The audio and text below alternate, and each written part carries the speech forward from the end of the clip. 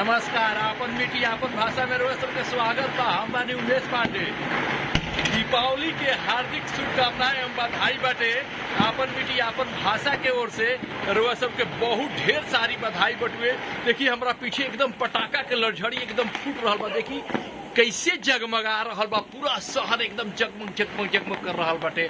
रुआ सबके दिखावे जा रहा बानी अपन चैनल के माध्यम से, आपन मीठी आपन भाषा के माध्यम से दिखा रहा बानी। देखिए कैसे जगमग जगमग कर रहा बटुए। पूरा पटाखा से पूरा इलाका गूंज चुकल बटुए।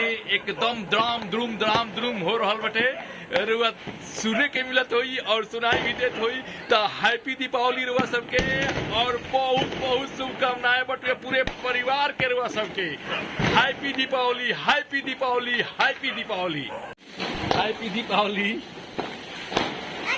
हमरो छुछुरी छोड़े के सो रहल बानी।